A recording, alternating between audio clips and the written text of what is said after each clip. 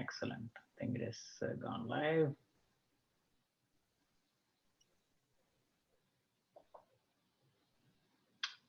Okay. All right, so let's get started. Welcome you all for the IGL webinar session number 2 on a Saturday morning here in US and Saturday evening in India. We have 3 wonderful speakers from IGL. I've known them all for a while now. So first of all, I'd like to thank all of them to come on the Zoom stage for IGL webinar. Took your time to present the material and share your experience that you have done recently. So what we'll do is we'll do a quick round of introduction from each one of you, and then we'll go into the presentation itself. Okay. So with that, we'll welcome Mahadev. Could you please introduce yourself? All right. Hello, everyone. My name is Mahadev. I go by Mahi, and I'll be talking to you today about different opportunities. Wonderful. I think that's a wonderful topic, very timely and very appropriate for a lot of the children out there, right? When students out there. They're all wondering, should I worry about my career opportunity on first year in high school or college, which year in college? So I think I hope we'll hear from you some of your perspective. Thanks, Mahadev, for that talk. Pavitra, your side, please introduce yourself and yeah, go ahead. Hi everyone, my name is Pavitra Ramakrishnan. Today I'm going to be talking about how art heals. Fantastic. Another wonderful topic. I think very timely for this situation we are in, right? The COVID situation we are in. Everybody is so excited, anxious, worried. You name it, all the adjective you can have. But I think you have you're going to be presenting an interesting way of dealing with some of those things, and in your own way. I think it'll be interesting to see your perspective. Thanks, Pavitra, for that speech. Really looking forward to hearing on that. Minu, please unmute and introduce yourself and talk a little bit about your topic. Hello, everyone. My name is Minu Krishna Kumar, and today I'll be talking about how to compose music, as well as some various projects I've done in music composition. Excellent. Thanks, Minu, again for coming on board and talk about. It is always a mystery, right? Should I go for science and technology? Should I go for arts? In arts, how about music? Is it complicated? Is it easy? A lot of questions in high school children's mind, as well as in parents as well. I think hopefully your presentation will give a little bit of a clarity in terms of what one could do now that you're almost in your final year college. So some of your experience collected over the period of time. I think that will be quite useful for the audience as well. So thanks again for taking your time and coming on the IGL webinar and sharing your experience. So let me briefly ask Gokul and Sri to introduce yourself and say a few words, and then we'll get the meeting started. Gokul, you want to go first? Yeah, for sure. Hi all. Myself is Gokul K from Palakkad. I've been working for IGL from the last October. And some ways you people may know me. I'm the person who's doing the IGL chat with Sriki Shetton from the past 3 IGL chats we have done together. And from my side of view, you guys are taking the great topics, and especially I'm a person as a music. I love the topic Mino selected, and yeah, looking forward to everyone to have a very good presentation. Congrats, and congrats for the topics you have selected, and all the best for your presentation. Thank you so much. Wonderful, Gokul. Thank you. Sri, could you please introduce yourself and say a few words, please? Hi guys, this is Srikesh here. So I work for IGL from Palakkad side. I'm pretty much involved in all activities that IGL has been carrying out. And it's good to see you guys on this platform, and good luck to you. Wonderful.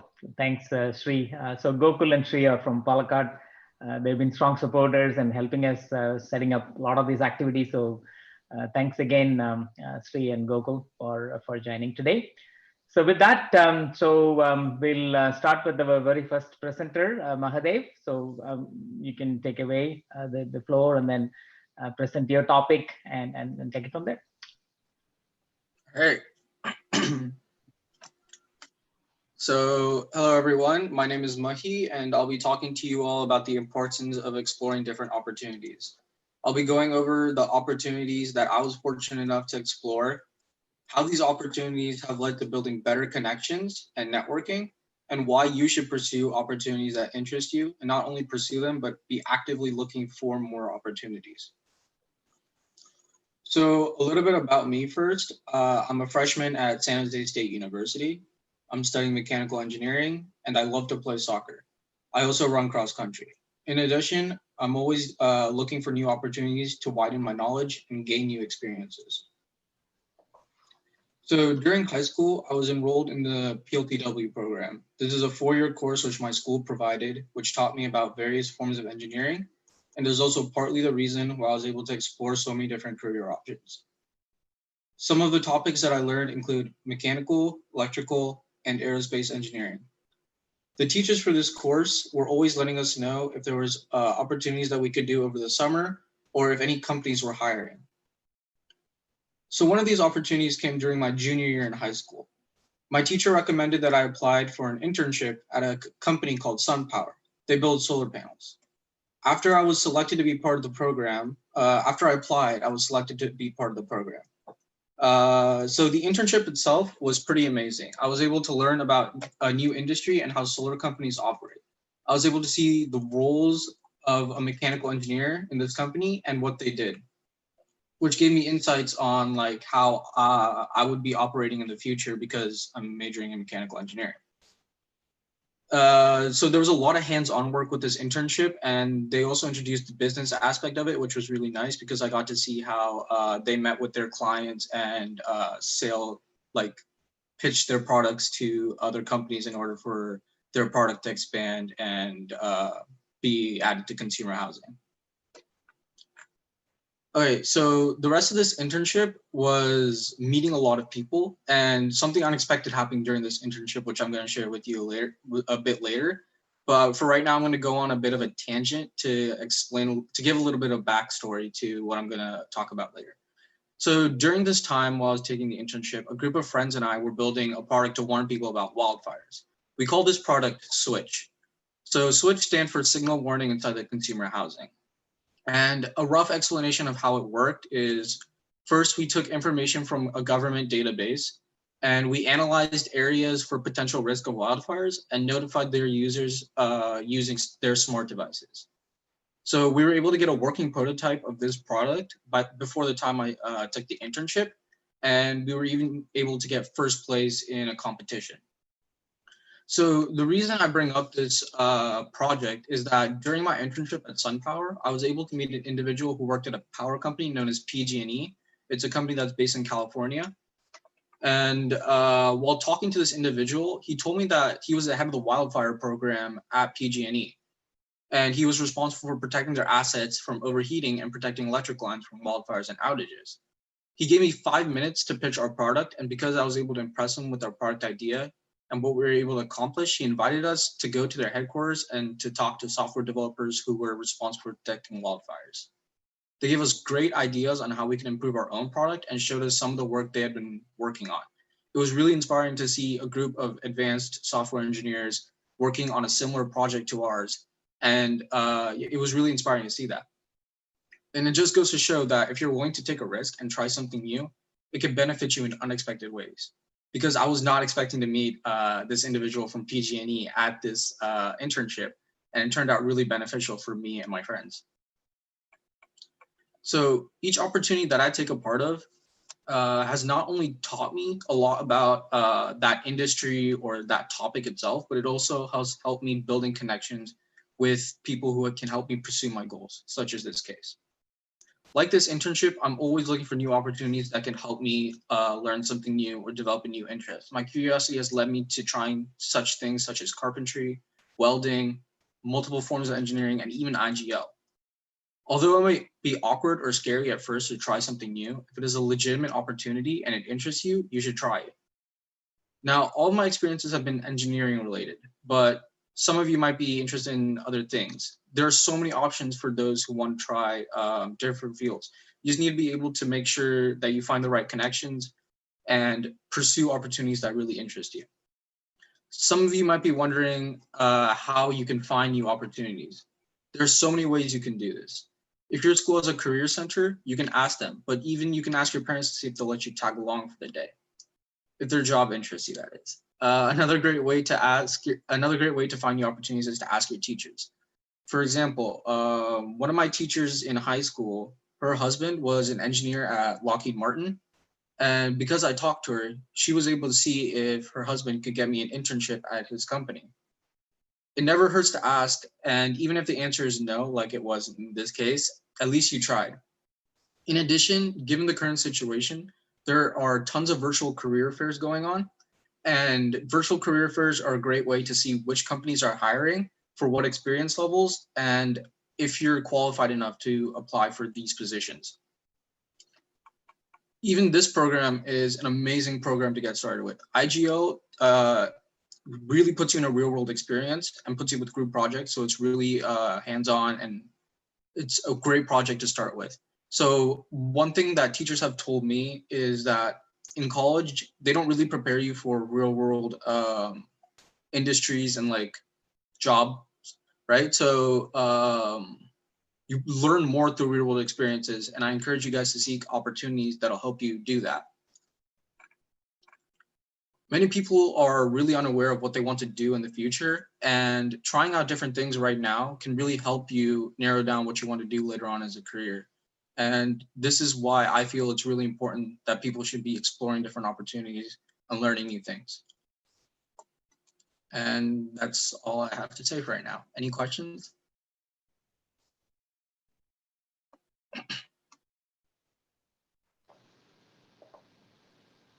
That was great, Mahadev. So, a few questions on these opportunities. Are there any help that you get from your college itself in the early days, or is it, or even the high school days? I mean, are there schools that will help you to look for these, or is something that you went ahead and did on your own? So like I mentioned before, since I was enrolled in the PLTW program, I had my engineering teachers always coming up to me, telling me about various opportunities. But there were a lot of opportunities that I found out on my own and from my school career center, which is something that I mentioned earlier on the presentation. If your school does have a career center, that's a great way to find new opportunities in different fields. Yeah, so such as the welding program that I took, that was from my school career center. And it was a really grateful experience. Like I was grateful for that experience because it helped me out in so many different ways.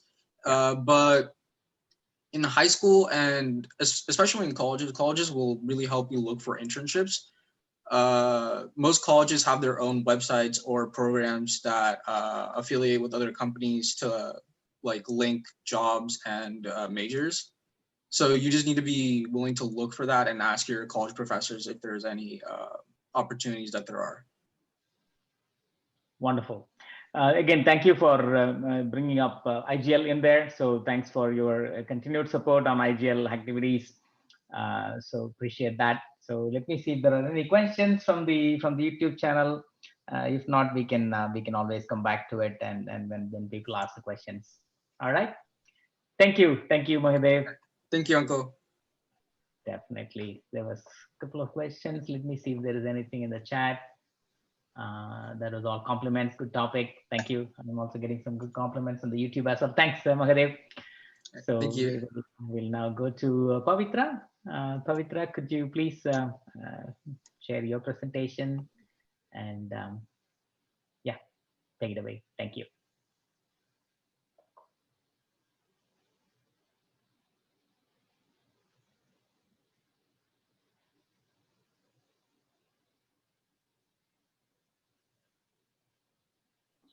Hi everyone. Today I'm going to talk about how art heals. I'm Pavitra Ramakrishnan. So about me, I'm a freshman in college. I'm majoring in computer science engineering and minoring in computer graphic arts and animation. And I thought it would be best to talk about this topic since I have 13 plus years experience in art and it's always growing. So what is art according to me? I think art is something one can express, whether it's music, dancing, singing, drawing. It's not just limited to these forms. There are so many other forms you can put into art because it is such a broad category. It is not a label because it simply can be anything. I think as long as anyone can express something that displays the creativity of a person, that is what art is. Now, everyone has a different definition for art because art is something that is very broad, like I said before. So my definition of art can differ to another person, but this is what art is to me. So now I'm going to talk about how you can have a connection between the brain and body with art. So when you utilize art, when you are expressing yourself, and when you're expressing yourselves, you have no rules or restrictions, you are free, and you're enabled to have emotional experiences and cope with all those unwanted feelings that you have bottled up inside, or just to have an outlet to get rid of those feelings. And art is a great way to do that. So on the right, I've attached a picture of Yumi Hogan. So he launched an art therapy program at Children's Hospital. So as you can see here is a picture of him and a kid, and they made a beautiful piece of art. So one thing that's really inspiring for me here is how brightly the kid is smiling, and it's such an inspiration because when you have art and when you educate other people on art, we can come together and create so many great things, and it's really a good way to release our stress. And in times like this, in quarantine, when we have stuff we can't really control, we can make the best out of it with things like art. So I wanted to talk about how art is very engaging. So it is a huge mood booster. It helps people with their daily tasks and performances. It's a huge cause of relief and drive. Why do I say this? Because we are using so many parts of our brain just for simple tasks if we utilize art. So for example, if we look on the right here, here's a picture of music and the brain. As you can see, there are so many labels because we are utilizing so many parts of our brain. There's so many reasons, there's so many tasks our brain like goes through just to do a simple thing like music. We may not know that these many parts of our brain are being used when we are listening to music or making music, for example, but as we can look here, we have the sensory cortex, which when you're having an instrument or dancing, it's a huge part of your brain. And there's auditory cortex when you're listening to sounds. There's hippocampus when you are having music experiences. There's visual cortex and cerebellum. There's nucleus accumbens and amygdala. I can keep going on, but I just wanted to get the gist of how much of our brain is actually being used when we are just doing simple things such as art. So it's not as simple as we think. It's actually uses a lot of our brain, which makes us have such a big drive when we are doing it. I wanted to talk about just how art is a distraction. So when I say distraction, that's obviously a misleading word because distraction refers to like a lack of attention or like a lack of focus on something you should do and then putting it on something else. But I want to say that art is a good distraction. It's something that you can use to escape reality. And I think it's sort of like a guilty pleasure, like for me at times, because when I have so much work and when I want to get away from it and like kind of have a break, art is such a big helper for me. It really helps with my anxiety, and I overthink a lot, especially in these times when we have corona and there's like a lot of environmental and uncontrollable factors that we can't really do anything about. Art is a huge stress reliever. It can really help us escape reality and find peace. So on the right, I attached a simple picture quote that says the earth without art is just air, because without art, I think that we wouldn't be as like entertained or like drive to do something. Like art can be just listening to music. So like if we didn't have music, for example, I think we would just be like miserable. So yeah, I just wanted to emphasize that. So here's my experience in art, and this is obviously based on what I consider art is, because everyone has a different definition and criteria for art, as I said before. So I have done dance for 13 plus years now. I have done Indian classical dancing, and I've self-taught myself in Bollywood, and continuing to teach myself other dance forms. I've done singing for 5 years for Indian classical singing professionally. After that, it's just for fun, but I really do love singing, so I like to participate in a lot of events. I do art. This is something that I've done since I was like 3, so obviously I have a lot of experience in that too, and it's something that I really love to do. And when I say art here, like I said, even though art is a broad thing, the art I'm referring to here is just like drawing, painting, all of the above. I also do play the violin. I've played it since 6th grade, so it's about 6 years now, 7 years. Yeah, I play the Indian classical violin, and I also play the Western type. It's really relieving to hear all the tunes and everything that comes out of it. I also do photography just for fun, but I think it's such a good stress reliever for me. So that's why I wanted to add it in, because it is art to me. And lastly, I also have experience in computer graphic arts. That's why I'm minoring in it too. I've done it since junior in high school, so I have about 2 years of experience right now. On the middle here, this is just a picture I took when I was hiking 2 months ago. I really liked the mountain there. I was hiking at Mount Diablo. Yeah, it was really nice to see that. And then on the right here, it's a Tanger art. I did this when I was 12 years old in India. It's really hard, but the outcome was really beautiful. So I love it, and it's Goddess Lakshmi. On the bottom, we have 2 computer graphic art pieces. I drew both of these manually on the computer, like everything on the computer. The girl's face, the building, everything, I drew it. And the buildings, I mean, the planets and everything. And although like art takes a long time, I think that's like a misconception, like, because the end result is really good and it's like really therapeutic. So that's why I continued to do it. So how has this helped me personally? Dance has been a huge outlet for me. I did my Arangetram 2 years ago. It's basically like this Indian classical dance, like graduation almost, after you do a certain amount of years and you reach a certain criteria in your dance career. And so I did that 2 years ago. And I remember when I had my speech in the end, I talked about how dance was a huge outlet for me because it is whenever I'm frustrated or angry or like stressed out from like coding, I always just dance. It helps me like take off all the stress and like replaces my stress with just happiness. So I need dance, like it is a must for me. So singing for me is just to find peace and connect with myself, because when I find myself singing, when I'm singing, I feel so connected with myself because I can hear my voice and it's so peaceful, and that experience is something else for me. Art, like I said, it's a distraction. It helps me escape reality. It makes me free and open-minded and just take my mind off of things that I don't really need to think about all the time. And then photography, I wanted to emphasize that taking the picture is one thing, but looking back at the picture and remembering the moment you took that picture is another thing, because it's really like a really nostalgic experience. And you feel really, I feel really good because I remember the day I take the picture and then I'm like, oh my God, this was so nice and blah, blah, blah. So definitely like I get to kind of review my old experiences again, and it just makes me feel so great. And then lastly, my computer graphic arts and animation stuff, I make myself feel really accomplished when I do this. Like I always am creative when it comes to this. I am creative with other things too, but when I do computer graphic arts, it's just so fun.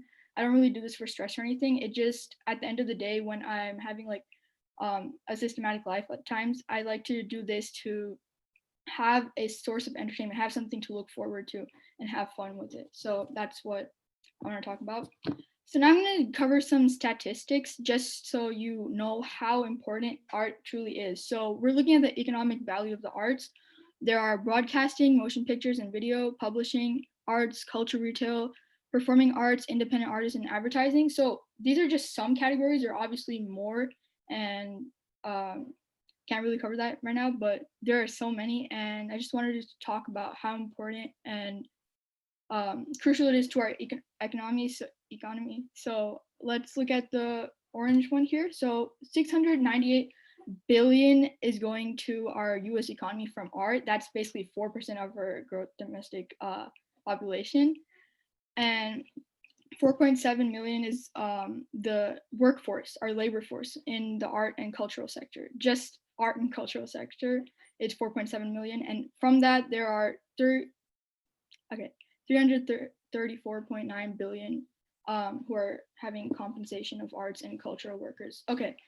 I also wanted to, I'm not going to talk about everything here, but I also wanted to show that the GDP is being really affected by art. So like 50% of the GDP is coming from the art place, and that is really big. And it just shows like how big art has truly become over the years, and it's gradually increasing and helping our economy.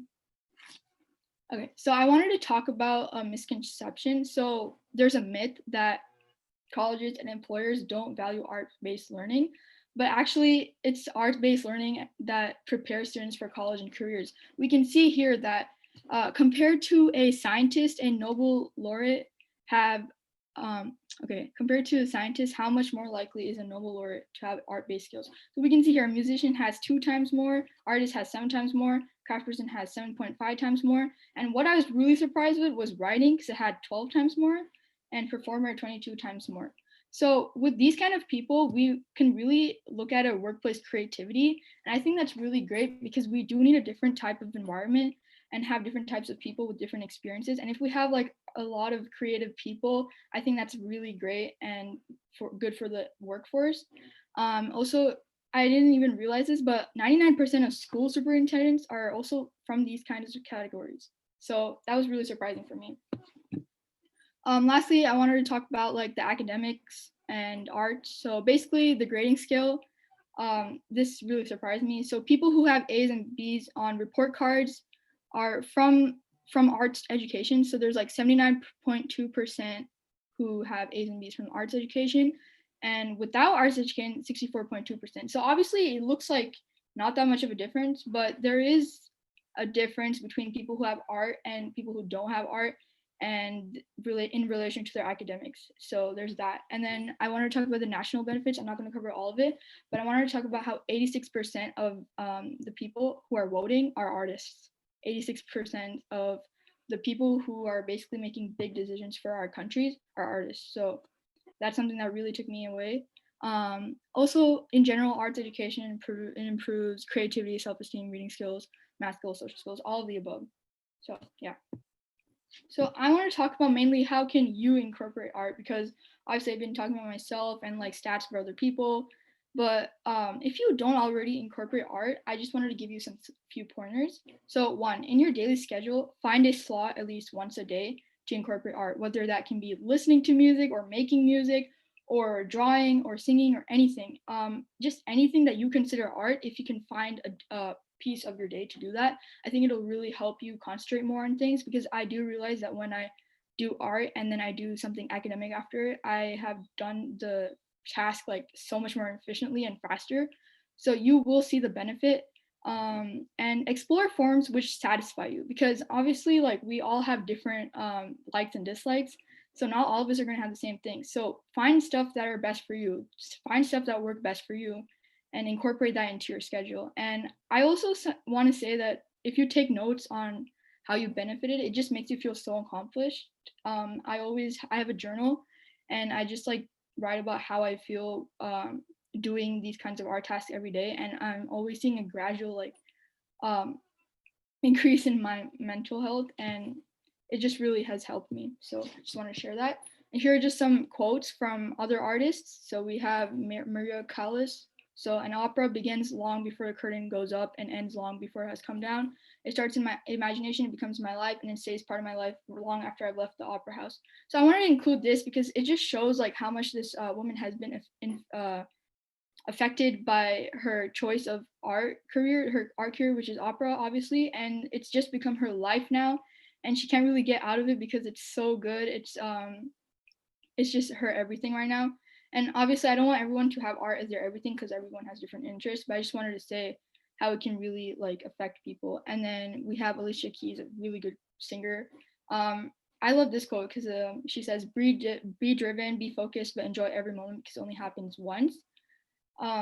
She is just an amazing singer, and she's always so driven and everything. So when I look at this quote, I'm just like, okay, when I do art, when I utilize art, I have to be driven and focused. So that quote really helps me. And we have Albert Einstein. So many people don't think he's creative because he's more on the STEM side, but there are people who are creative even if you're on the STEM side. So he's saying creativity is contagious, pass it on. Basically share art, educate other people on art, show how important it is. So yeah, I hope you took away from this presentation that art is so crucial for our mental health and will help us all. And thank you so much. Yeah.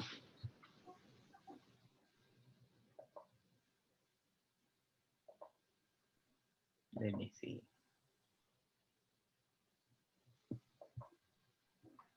That was wonderful. Pavitra, can you see me? Just a moment. Let me just turn on my video. Yeah, that was a wonderful presentation. I think you gave a different perspective to art. I think a lot of people have, either you do science or art, right? You can't do Yeah, both. yeah, So yeah. I think you kind of broke that myth and say no, even including Einstein. Zena supports arts and creativity. I think you're right on. Art is in everybody mind, right? I think some form of other, whether you are thinking about a new equation, you come thinking about a new DNA, whatever it is, creativity is the beginning of everything, I think, right? Yeah, I think yeah. you nailed that one, right? And some of the quotes that I saw was amazing. Earth without art is, so those are all awesome quotes. Right? It makes you think more, right? I think some of these captions are so simple, but they have deep meaning. I think Yeah. you brought them out, and also the statistic that you brought out is also amazing. So Thank thanks for putting all that together. A lot of information, a lot of useful tips for people, and then the fact that you also said, what can you do, right? I think I always look for things like that, right? I mean, people can talk Yeah, and go, but yeah, but the most important thing is what as an individual, what can I do?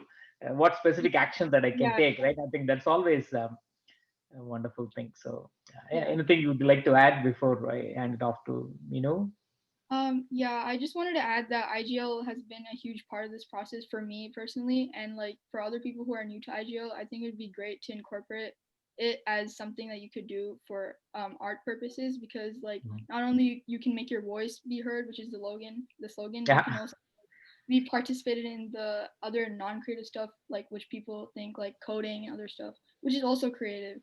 So yeah, I just exactly. wanted to add that. Sure, certainly. Thanks for all of your contribution into IGL. So yeah, wonderful. You said it right on. I think though we started out as music, we are now diversifying into many things, and Yeah. including technical stuff and non-technical charity work. There's so many things that one can do. Thanks for that compliment, Pavitra. Appreciate it. Good job. So please stand by. We'll bring you back on the stage. Okay. Thank you very much. Minu, it's your turn now. So could you please turn on your video and start present your materials? Hello, everyone. My name is Minu, and today I'll be talking about how to compose music as well as the various music projects that I've done. So let me start sharing my screen. Okay. So before I describe what this is, I would like to go first on a little bit of a background in terms of how I started with music composition, which is a very interesting story. It was kind of like in my senior year of high school where I was taking basically a bunch of math and science classes, and I was thinking, oh, some of the the typical careers that we go into, like engineering, medical, that kind of thing. I was going for that, but then my teacher introduced me to AP Music Theory, which at the very end of the semester, I got a project where you had to compose any song that you like of any instrument and for how long you want it to be. And at that moment, it felt like no one could tell me what like how to make what I had to make, if that makes sense. Like whereas in other majors, you're given a project and you're given instructions. Whereas or here it was basically no instructions. You're just told to do whatever you want in the music. And of course you're gonna have people judge you based on the music that you write, but at least at the end of the day, you can be proud of what you wrote. So, and with that, that's what I decided to do. So as soon as I went to college, I was like, okay, I'm gonna start composing music. So for the first year though, um, right, for the first year, uh, basically since I was so new at music composing, I didn't really know where to start. So that's what I'm going to show here.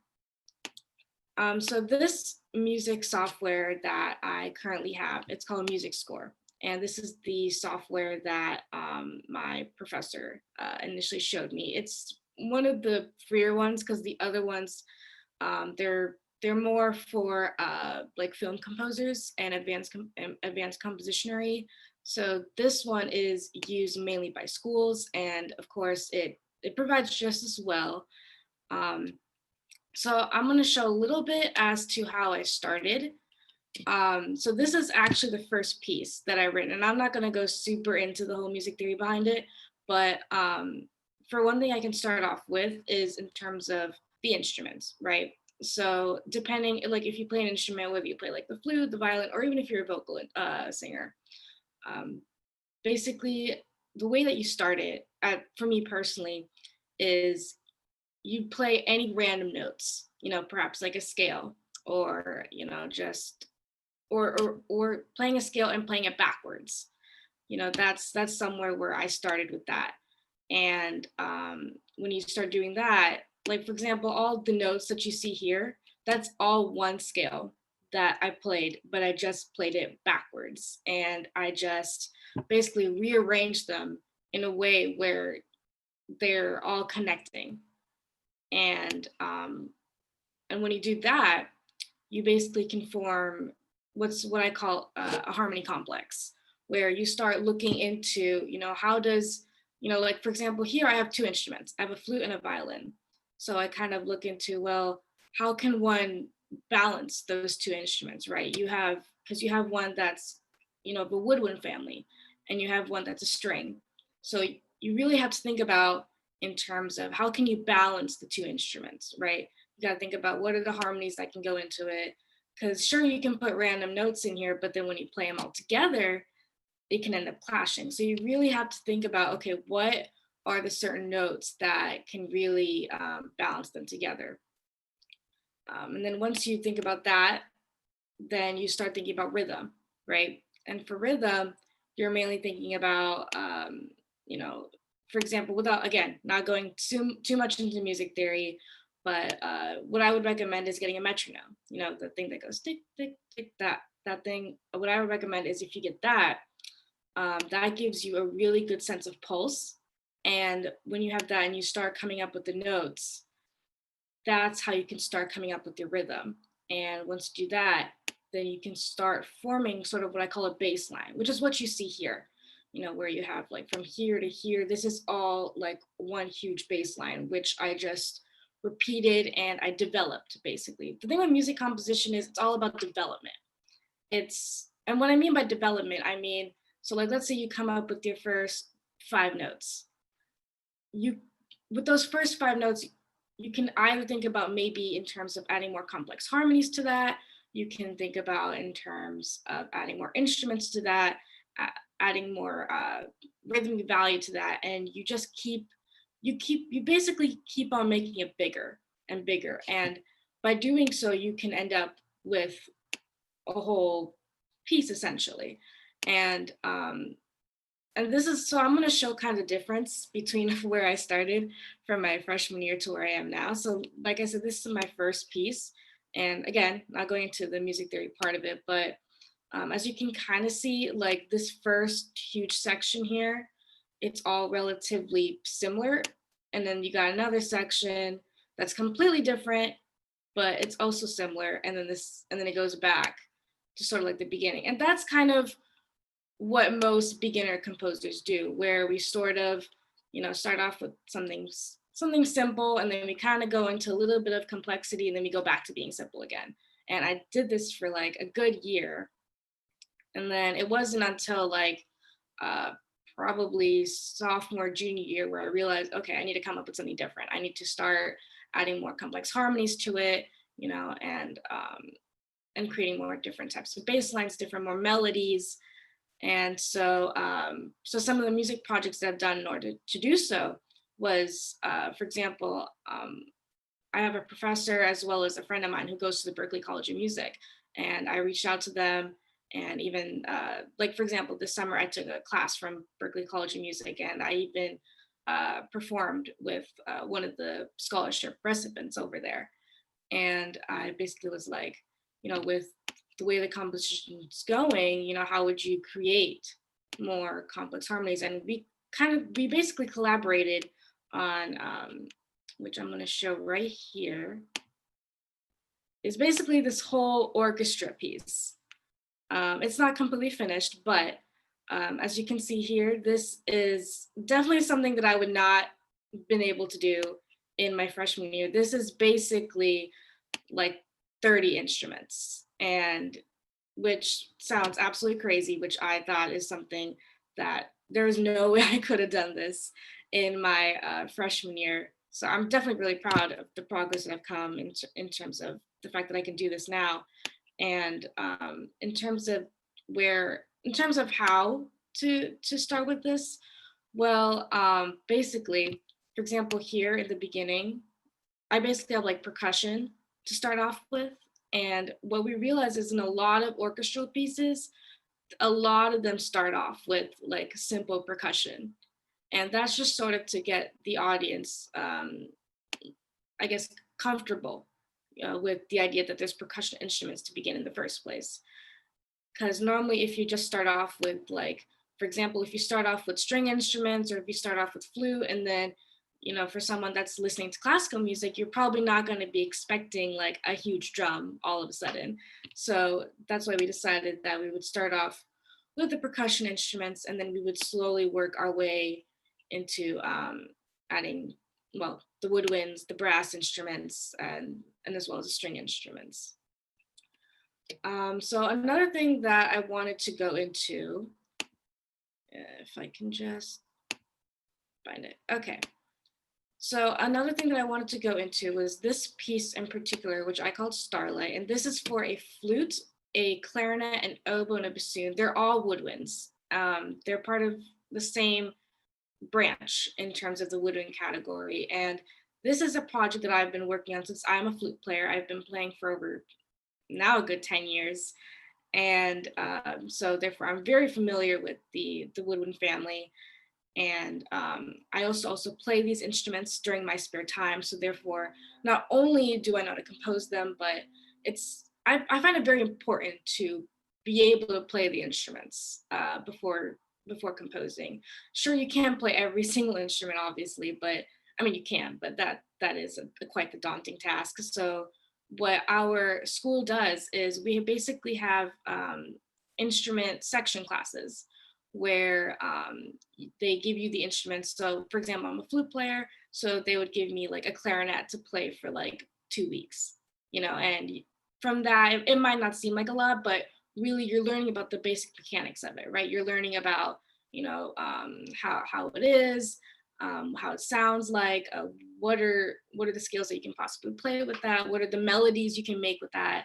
And the same thing goes for like the oboe and the bassoon. We have those classes where you basically learn the basics of that instrument. And I find that very helpful as a composer, especially because when you're making music for performers to play, it's really important to know sort of where they're coming from, because if you give, let's say you give a flute player a note that's super high for them that they can't even play, right? But you can't exactly persist that you want them to play if they can't play it. You got to think about not just the mechanics of the instrument, but you also got to think about the level that the performer is in, right? Especially if you're going to give your music to like middle schoolers, you got to think about, okay, well, what is the level that they're in?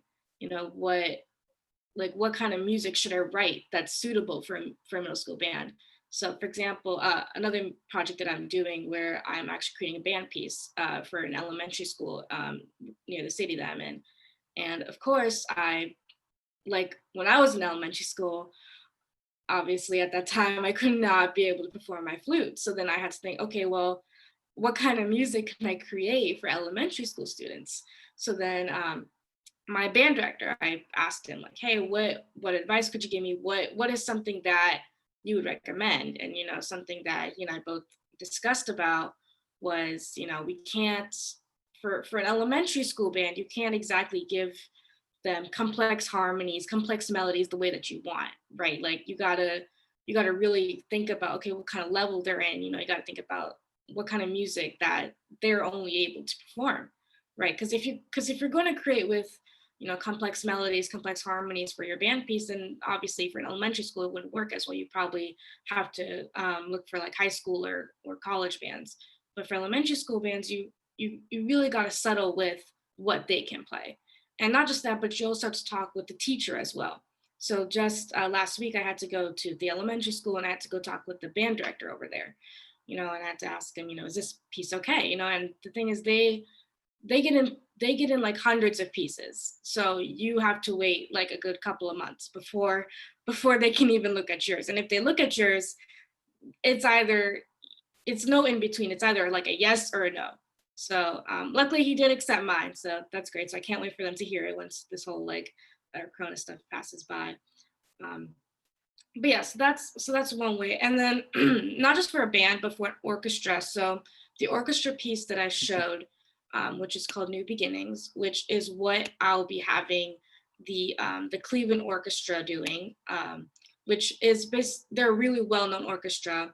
And a project that I've been working on with them was because I contacted them about a week ago saying, hey, I would really like to write for your orchestra. What are my chances, right? And they were like, well, basically I have to get into the school. But since I'm already in my senior year here, I didn't exactly want to transfer yet. So I told them, is there any way like some kind of like internship, or if there's any sort of like classes I have to take? And they were like, yeah, if you take like 6 classes over here. And I'm already taking 6 classes over here. So, but somehow I managed to do it. And now they're taking in this piece. And of course, right now they can't perform it right now. But the way that it works though, is like, for example, they have about like 40 members in their orchestra. And right now my piece can compose for 40 instruments. But the problem is though, is you need to come up with enough parts. And you also have to come up with the fact of how can each instrument balance one another in the orchestra, right? Because you have some instruments that's going to be way higher than another. So you really have to think about, okay, what instruments are going to sound loud, what instruments are going to sound soft, and definitely how that can encompass the whole balance. It's all about balance. That's what I've learned from the 4 years is music composing. It's all about balance of how can one instrument balance with another? How can they counteract with one another? What are the melodies that will harmonize with one another? What's the rhythm that can go with, and yeah, it's all about the overall balance as well as harmonization. Another topic that I wanted to mention was, with the whole, like, as you know, with the whole world problem that we're having, like with the riots and coronavirus and everything like that, something that my professor told me, which really struck, which was, compared to other musicians and other performers out there, when you listen to a song, let's say if you listen to a sad song, you're probably heartfelt and you're moving from it and then you move on. Whereas a composer, if you listen to a sad song and you're composing it, you have to keep listening to that. You have to keep listening to music that sometimes you're not gonna like, and that's just something that you have to be open with. And it's very true, like for when I was in my first year, we had to listen to pop music for 3 weeks straight. And if you're going to be a composer, that's just something that you're going to have to accept with. And I mean, luckily I'm very open-minded with music. I haven't found anything that I particularly dislike. So luckily I've been okay in that area at least. But for others though, like if you're just someone that just can't listen to that kind of music for 3 weeks straight, then being a composer is going to be rather difficult because you're going to have to always listen to music. There's not one moment in my day where, I mean, besides right now, obviously, but besides that, there's not one moment where I'm not listening to music, and the importance of being a composer is it's not just listening about the music that you want to only listen to. Sometimes you really have to branch out. So for example, I had some other composers contact me saying like, hey, what other music can you show me? Because I'm so used to writing, for example, bands, orchestras, what are some of the types? And then one of them introduced me to jazz music. So now I'm writing a jazz piece, and I never thought I'd be into jazz, like perhaps 4 years ago. In fact, I kind of thought jazz was sort of like this old school, like, oh, it's not that great, but now I'm in love with it after listening to a couple of pieces. So, and then another thing that I wanted to bring up was, So I believe it was last semester, where I created a fusion piece, which I can definitely show. Let's see.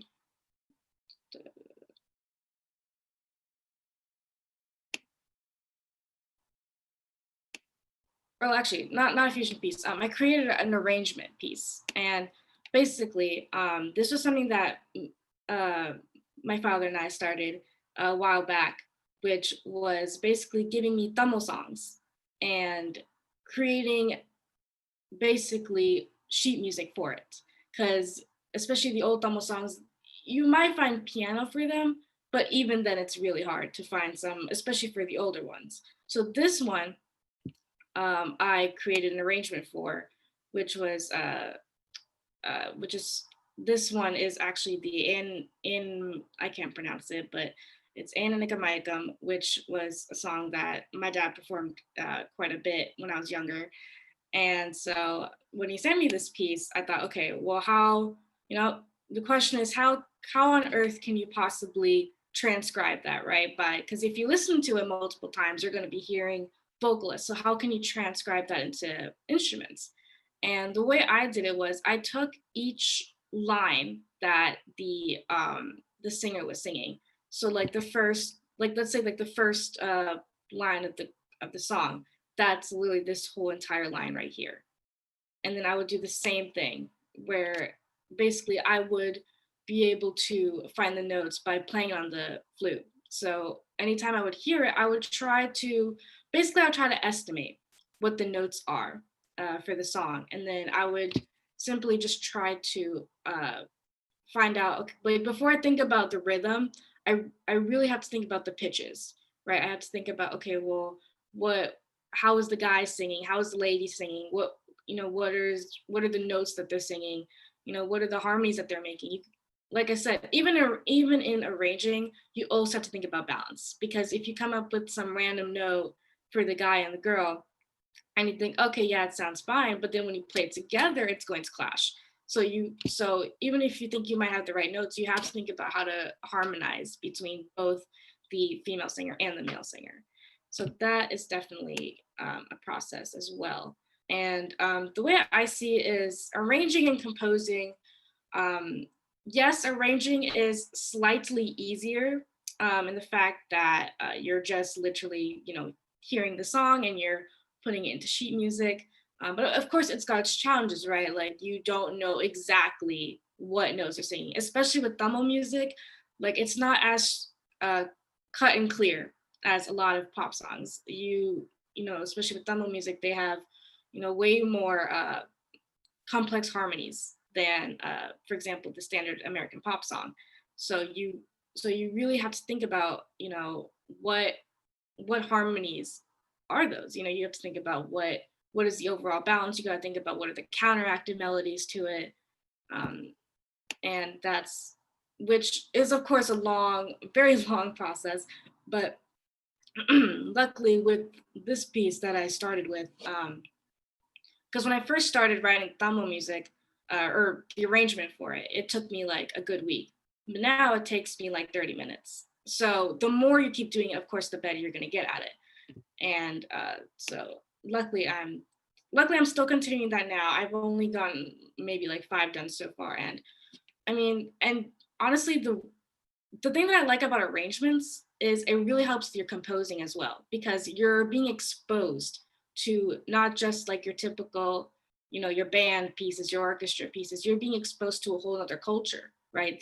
Like Tamil music, you're being exposed to Tamil music, and so you're learning how to incorporate that into your piece. So, and when you do that, you're bringing out a whole different music theory, basically. Because here in Western music theory, you're taught sort of the simple things like, oh, you're taught about the note names, you're taught about how the rhythm works, whereas like in Carnatic music theory, you're not only that, but you're learning about like ragas. Like you have to, when you incorporate that into Western music theory, you have to think about how to really balance that out. And of course there are some pieces where there's no balance. You can, because the thing with music is you can make anything you want, right? It's not necessarily about finding that perfect harmony. But the way that I see it though is if you're going to incorporate, like for example, Carnatic music or Tamil music, and you incorporate Western music theory and you put them together, for me, the way that I saw it was finding that balance was key, you know, because I didn't want the song to be way too much of Western music or way too much of Tamil music, you know, there had to be some sort of like in between. So, and that's the way how I started that as well.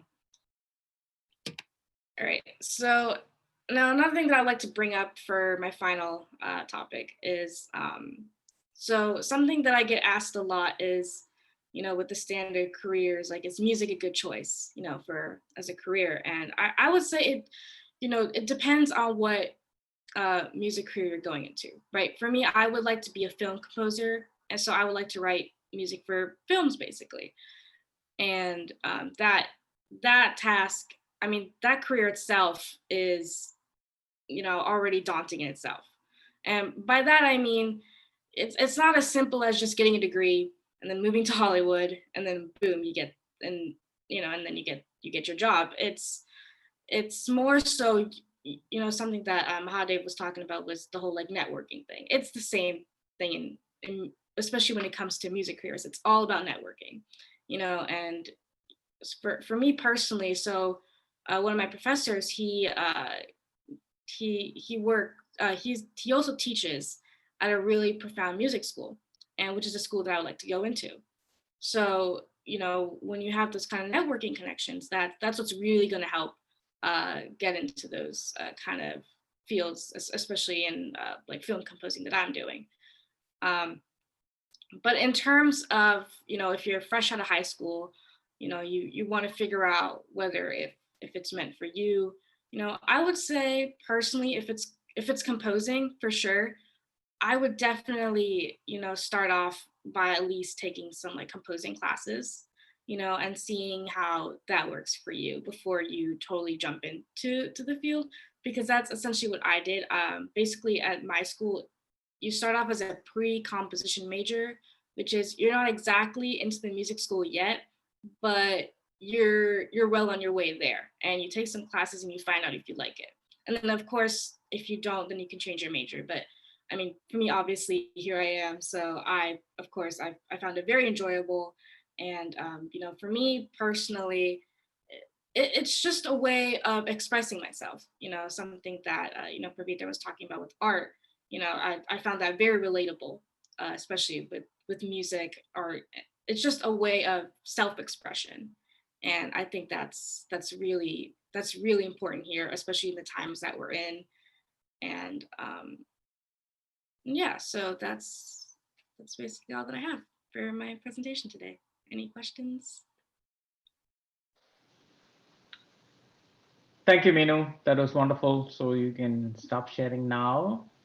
Let's see if there are any questions from the chat or from the YouTube link. I think Sri has a question.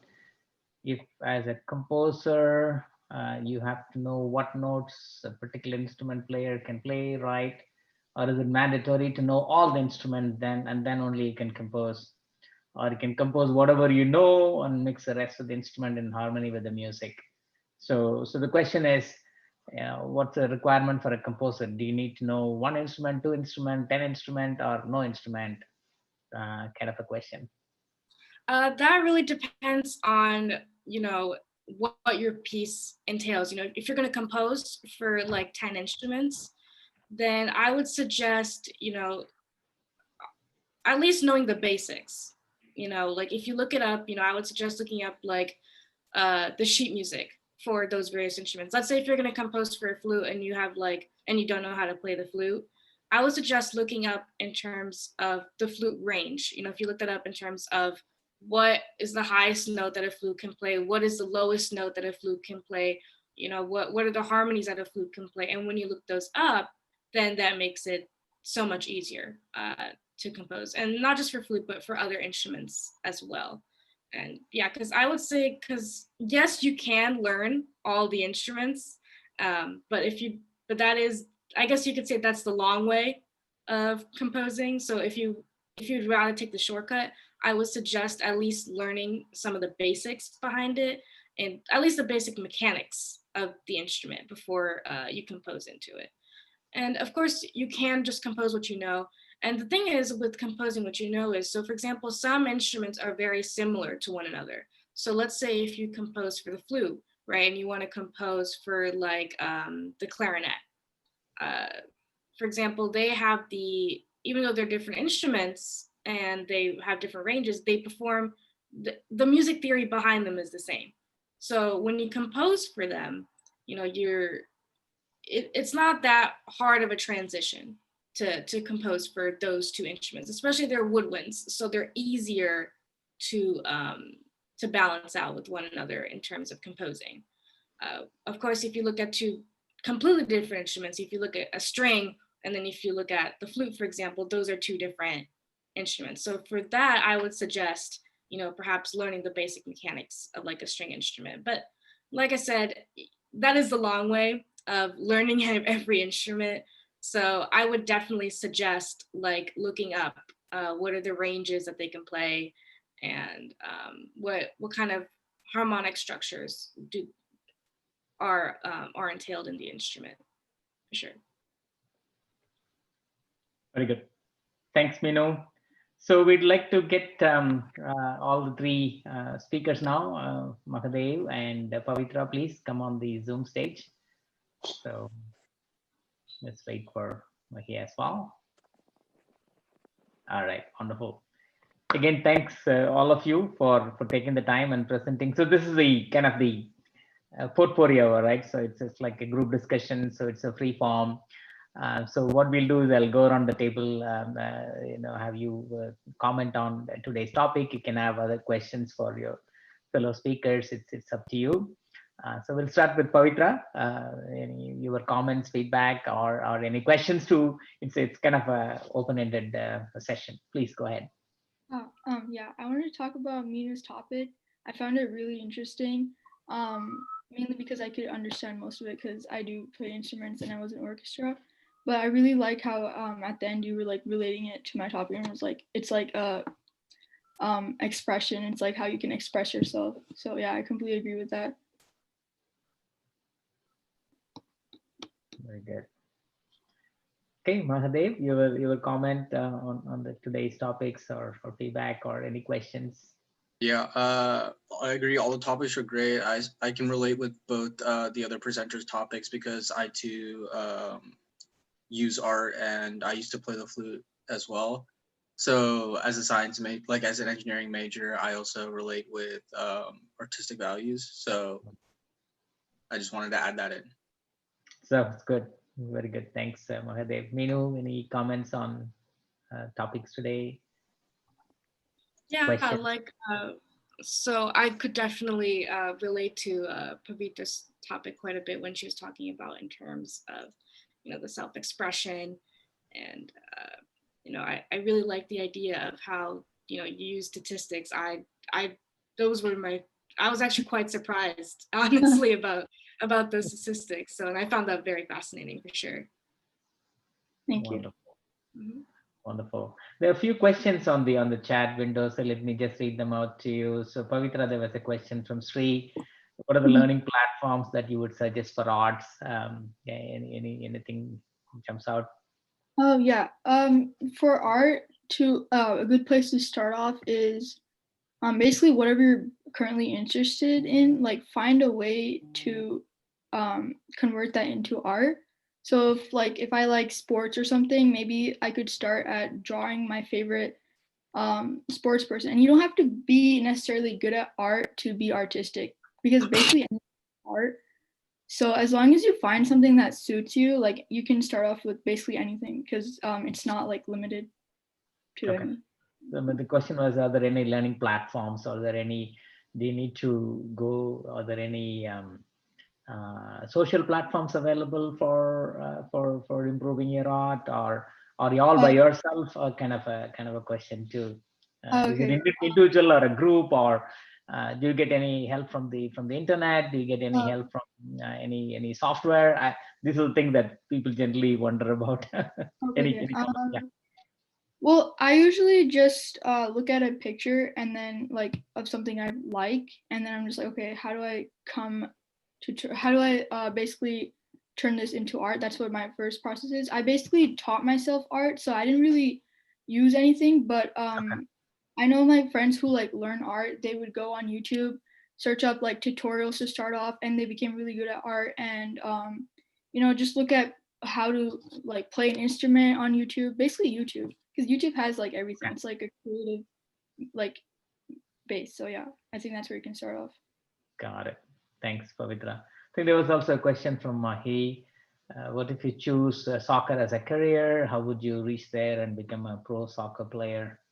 So there was a question on the careers and opportunities. Okay. So when it comes to soccer, that's it's a bit different from like typical majors, because becoming a pro soccer player, I've looked into this because I play soccer myself. A lot of teams have these things called academy teams where they bring up young players and they train them themselves to play on those teams. And those academy teams can be quite expensive, especially around here.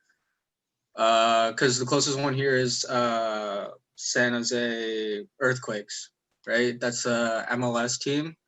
So playing for those academy teams, but there's always tryouts, and if you develop your skills, you should be able to try out and see where you could go from there.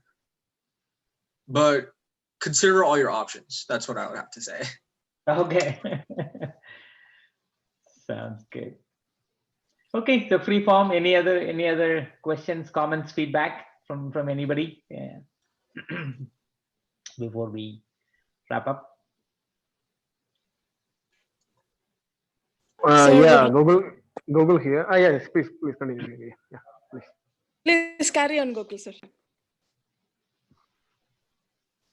Yeah, It's okay, Gokul. ma. You just carry on. Yeah. No, it's okay. Okay. Let us speak. Yeah. Sounds good. Veni, please go ahead.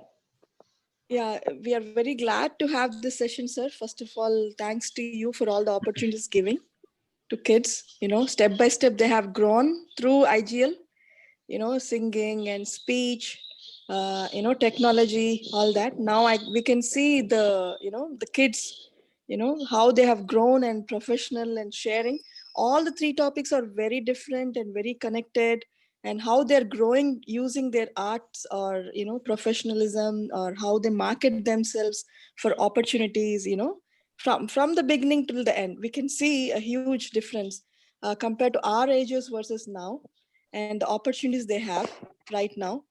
And what else? And we have a different view, like listening to the music and enjoying the music, but behind the scenes, how tough it is as an adventurous way, and as well as doing choreo and marketing your the skills. What Minu is showing off, it's first time, even it's a learning curve, and the future is growing with arts, that is for sure. All the stressful life will be helpful to avoid all that stress using this arts, and grow professionally in all the art forms along with your profession. Thank you very much, sir. It's very, very informative and Saturday morning to hear all this from kids and via your IGL event. Wonderful. Thanks, Veni, for those compliments and nice comments. Thank you. Anybody else from the audience? Any comments, feedback? Yes, sir. Google here, and yeah, everyone has done a very good job presenting the topics they are selected, and every topic is very good. I just doesn't notice the time passes by because it's almost 1 hour and more than 1 hour. But I was very interested to listen to everyone speaking, and Mahadev has done it very short and sweet, but still it was very informative and helpful. And in the case of Pavitra, she has done a very good job presenting. Her presentation was very nice. One of the quotes that struck me, it was like the earth without art is oh, that was very very good. I just was not able to find it anywhere in the internet, and I just I noticed the link of the Pinterest there she has shared, and she has done a great job explaining everything to us about arts, because anything that can go beyond the logic can have a fantasy, it's only arts. Then people who can never relate to the logic, that's beyond the arts, because arts can only have the power to make us fantasize about anything that we love to. So that was a great topic, speaking about the arts, anything. And Minu, she's a professionally, she's been going to music all day, so she's spoken to professionally as she's a final year student in music. And my personal question to Meenu is that there are a lot of things that we do in a music recording studio. So if we're composing for a scene of a movie, so basically when it is a serious scene, a lot of them chooses two different compositions or two different kind of programming. Some of them chooses the live streams or the live kind of sessions of instruments, or some of them just programs it. As a music programmer from the last 5 years, I'm using the two kinds of softwares. That's in Windows we use it Cubase, and in Apple or Mac we use the Pro Tools. So in these two softwares, there are a lot of VSTs that we can just play any instrument, just connecting a sound card to the keyboard, and we can just play any instruments we want. For example, we can just play the katam, which is South Indian instrument. We can play the mridangam, anything we want. But there's a lot of difference. I can just notice when I notice there are a lot of difference. When the body tone of a guitar, when we just do the riffs of it, and the kind of the we can just make the breath instruments such as the flute and the clarinet. We cannot make it programmed because it's just coming from the person's lively, so we cannot just change it. So as a music composer, what would you choose? Would you program it, or rather you take every instrument's live for a scene or sequence? That's my question. I would personally take it live.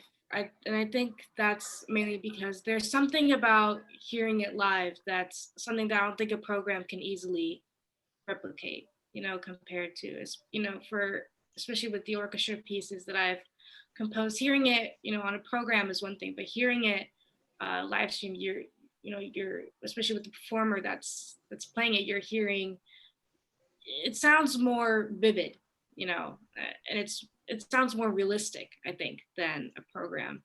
So I personally would definitely prefer a live over a program, for sure. Great answer. So good to hear that, because I also prefer the live ones. But in cases where we never get the performers to get into the studio, we'll just make it in the program. Yeah, that's all. That's all. Thank you so much, man. Yeah, thanks, Yeah, Sandra. That's all. thank That was a good session. yeah. Yeah. Yeah, I think you touched upon another topic that is of great interest to me as well. The music, and as you know, in technology, right? I think artificial intelligence is becoming just inroads into it's going to become part of our life, right? I think a lot of automation happening. Many things are going to be done by AI. You may be hearing the hype, right? The artificial intelligence and machine learning. If you are in the computer science major, Pavitra and Mahi, you would probably hear it, and I'm sure Meenu, you're also hearing that word, right? The AI and machine learning is something becoming kind of a mainstream topic these days, and then people are trying to apply it to different disciplines, and one such discipline is music. And I've also heard that people are beginning to use AI to compose a different type of music. Computer generated music has been around for a while, but the AI field has taken it to a different dimension. So, for example, I've heard in one of the universities, Cornell University, I think, what they did was they fed in about million MIDI files. The MIDI files are these little notes that you make in the computer. You feed that into the computer, and then the AI system learns from it, and then it creates its own melody, or its own composition. So it's quite fascinating to see how some of the technology is going to feed into and helping the heart. But like Gokul said, and also concurred, nobody can replace a human's brain, right? I think the computers can do a fraction of what a fraction of brain is actually is doing, right? But nevertheless, there are situations where you don't have the time to wait for a composer to finish, and then you want to have some programs to do that. So I think that's an interdisciplinary area that is quite fascinating. So I think hopefully this session gives a little bit more flavor and some thinking for not only three of you, but people who are watching and who will be watching later on the YouTube as well. So hopefully that'll trigger more ideas, opportunities, and do more research in this space. So I'm quite excited to see all three of you to do that. Let me see if Sri, any comments from your side on the Yes, session? yeah.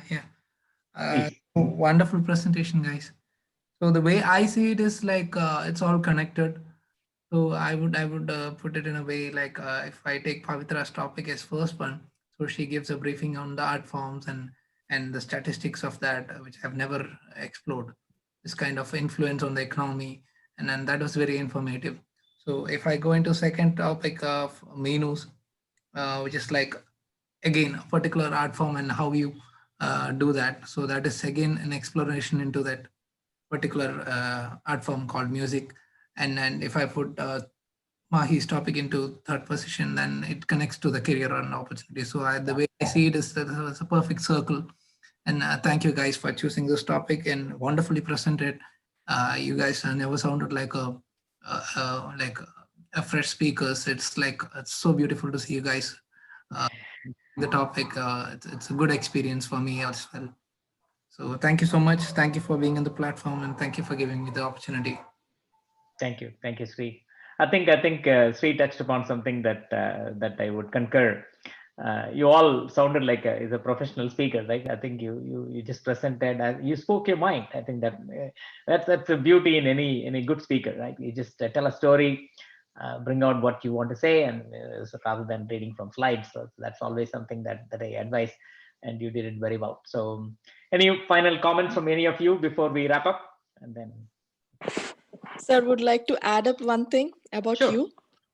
You Go being ahead. professional this much, growing up with community along with other services, music is one the secret, I believe, the essence, the entertaining, the community, helper, not just a profession, and it helps you to succeed in professional way and as well as community services, everything. So music is very connected, and you are an inspirational model in that. So your success towards profession and music, all mixed together to grow, which can be an inspiration for all the kids to learn and grow. Thank you, Vinny. We'll try our best.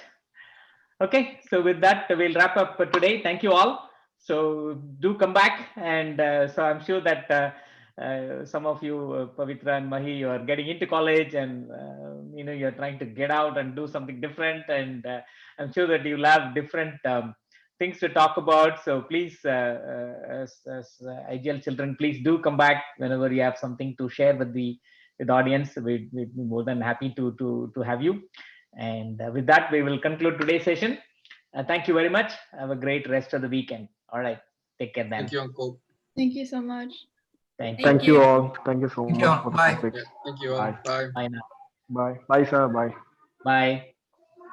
Thank you.